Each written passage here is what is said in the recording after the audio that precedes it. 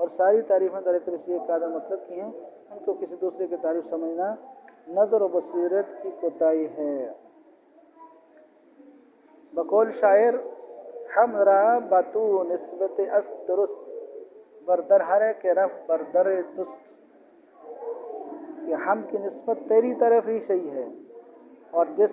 دروازے پر بھی جائے گا وہ تیرا ہی دروازہ ہے۔ اور یہ ظاہر ہے کہ جب ساری کائنات میں الہ کہ ہم تو در حقیقت ایک ہی ذات ہے تو عبادت کی مستحق بھی وہی ذات ہو سکتی ہے۔ اس سے معلوم ہے کہ الحمد اگرچہ حمد و ثنا کے لیے لائے جائیں لیکن اس زمانے میں مزانہ انداز سے مخلوق پرستی کی بنیاد ختم کر دی گئی اور دل نشین طریقے پر توحید کی تعلیم دی گئی ہے۔ اور کیجیے کہ قرآن کس مقصد سے جملے میں تک تعالیٰ کے حمد و ثنا کا بیان ہو،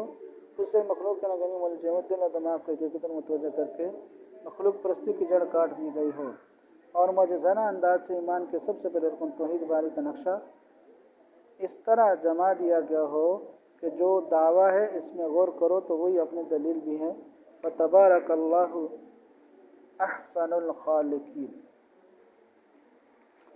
رب العالمین کی تفسیر۔ اس مختصر بتائی جملے کے بعد اللہ تعالیٰ کی پہلی صفت رب العالمین ذکر کی گئی۔ مختصر الفاظ میں اس کی تشریح دیکھیے۔ لفظ رب کے معنی عربی لغت کے اعتبار سے تربیت و پرورش کرنے والے کی ہیں، اور تربیت اس کو کہتے ہیں کہ کسی چیز کو اس کے تمام مسالے کی رعایت کرتے ہوئے درجہ بدرجہ آگے بڑھایا جائے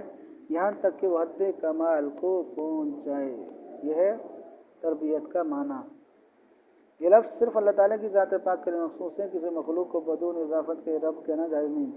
یعنی کہ ہر مخلوق خود محتاج تربیت ہے، وہ کسی دوسرے کی کیا تربیت کر سکتا ہے۔ الامین عالم کی جمع جس میں دنیا کے تمام اجناس، آسمان، چاند، سورج اور تمام ستارے اور ہوا و فضا، برق و باران، فرشتے، جنات، زمین، اس کے تمام مخلوقات، حیوانات، انسان، نباتات، جماعتات سبھی داخل ہیں۔ اس رب العالمین کے معنی یہ ہے کہ اللہ تعالیٰ تمام اجناس سے کائنات کی تربیت کرنے والے ہیں، اور یہ بھی کوئی بعید نہیں کہ جیسا یہ ایک عالم ہے جس میں ہم بستے ہیں اور اس کے نظام شمسی اور قمری، برق و باران اور زمین کے علاقوں مخلوقات کا ہم مشاہدہ کرتے ہیں، یہ سارا ایک ہی عالم ہو، اور اس جیسے اور ہزاروں لاکھوں دوسرے عالم ہوں جس عالم سے باہر کی خلا میں موجود ہوں۔ امام راضی رحمۃ اللہ نے اپنے تفسیر کبیر میں فرمایا کہ اس عالم سے باہر اطلاع متنع خلا کا وجود برائے عقل سے ثابت ہے، اور یہ بھی ثابت ہے کہ اللہ تعالیٰ کو ہر چیز پر قدرت ہے، اس کے لیے کیا مشکل ہے۔ اس نے اسلام متنع خلا میں ہمارے پیش نظر عالم کی طرح اور بھی ہزاروں لاکھوں عالم بنا رکھے ہوں۔ حضرت سید خدری رضی اللہ تعالیٰ عنہ سے روایت منقول ہے کہ عالم 40,000 ہیں، یہ دنیا مشرق سے مغرب تک عالم ہے، باقی اس کے سوا ہیں۔ اس طرح مقاتل رحمۃ اللہ علیہ تفسیر ہے سے منقول ہے کہ عالم 80,000 ہیں۔ قرطبی رحمۃ اللہ علیہ اس پر جو شبہ کیا جاتا ہے کہ خلا میں انسانی مزاج کے مناسب ہوا نہیں ہوتی، اس لیے انسان یا کوئی اور وہاں زندہ نہیں رہ سکتا۔ امام راضی نے اس کے جواب دیا کہ یہ کیا ضروری ہے کہ اس عالم سے خارج خلا میں جو دوسرے عالم کے باشندے ہیں ان کا مزاج ہمارے عالم کے باشندوں کی طرح ہو تو خلا میں زندہ نہ رہ سکیں، کیونکہ یہ نہیں ہو سکتا کہ ان عالم کے باشندوں کا مزاج اور طبائع ان کی غذا ہو یہاں کے باشندوں سے بالکل مختلف ہو۔ یہ مضمون تو اب سے 777 سال پہلے کے اسلامی فلاسفر امام راضی کا لکھا ہوا ہے، جو کہ فضا خلا کی سیر، اس کی پیمائش کے آلات اور ذرائع ایجاد نہیں ہوتی۔ آج راکٹوں کے زمانے میں خلا کے مسافروں نے جو کچھ آ کر بتلایا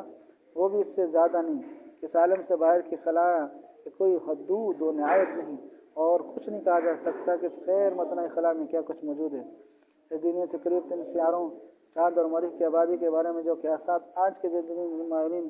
سائنس پیش کر رہے ہیں وہ بھی یہی ہیں کہ اگر ان سیارات کے اوپر کچھ لوگ آباد ہیں تو یہ ضروری ہے کوئی نئی خصوصیات اسی مزاج طبیعت کے اس عالم کے انسان و حیوانات اور نباتات کے لیے ضروری سمجھے جاتے ہیں، بلکہ قرین قیاس یہ ہے کہ ان کے مزاج و طبیعت، ان کی غذا و ضروریات یہاں کے لوگوں سے بالکل مختلف ہوں، اس لیے ایک کو دوسرے کے قیاس کرنے کی کوئی وجہ نہیں۔ امام راضی رحمۃ اللہ علیہ کے تائید اور اس سلسلے کی جدید معلومات کے لیے وہ مقالہ کافی ہے جو امریکی خلائی مسافر جان گلین نے حال ہی میں خلا کے سفر سے واپس آ کر شائع کرایا ہے، جس میں شعاعی سال کا نام دے کر ایک طویل مدت مسافر کے پیمانہ قائم کیا اور اس کے ذریعے اپنے وصل فکر کی حد تک خلا کا کچھ اندازہ لگایا، اور پھر یہ اقرار کیا کہ کچھ نہیں بتایا جا سکتا خلا کی وسعت کتنی اور کہاں تک ہے۔ قرآن کے اس مختصر جملے کے ساتھ اب تمام عالم اور اس کی کائنات پر نظر ڈالیے اور بچشمہ بصیرت دیکھیے کہ حق تعالیٰ نے تربیت عالم کا کیسا مضبوط اور محکم محیر الکل نظام بنایا ہے۔ افلاک سے لے کر عناصر تک، سیارات اور نجوم سے لے کر ذرات تک، ہر چیز اس سلسلہ نظام میں بندھی ہوئی ہے، اور حکم مطلق کی خاص حکمت بالغہ کے متحد ہر چیز اپنے اپنے کام میں مصروف ہے۔ ایک لقمہ جو انسان کے منہ تک پہنچتا ہے، اگر اس کی پوری حقیقت دیکھی جائے تو معلوم ہوگا کہ اس کی تیاری میں آسمان اور زمین کی تمام قوتیں اور کروڑوں انسانوں اور جانوروں کی محنتیں شامل ہیں۔ سارے عالم کی قوتیں مہینوں مصروف خدمت رہیں جب یہ لقمہ تیار ہوا، اور یہ سب کچھ اس لیے کہ انسان اس میں غور و تدبر سے کام لے اور سمجھے کہ اللہ تعالیٰ نے آسمان سے لے کر زمین تک اپنی تمام مخلوقات کو اس کی خدمت میں لگا رکھا ہے، کہ جس ہستی کو اس نے مختوم کائنات بنا رکھا ہے وہ بھی بیکار اور بہودہ آ نہیں سکتی، اس کا بھی کوئی کام ہوگا، اس کے ذمہ بھی کوئی خدمت ہوگی۔ اس لیے تو اللہ تعالیٰ نے فرمایا ہے وَمَا خَلَقْتُ الْجِنَّ وَالْإِنسَ إِلَّا لِيَعْبُدُونَ، میں نے جن انس کو اور کسی کام کے لیے نہیں بنایا بجز اس کے کہ وہ میری عبادت کریں۔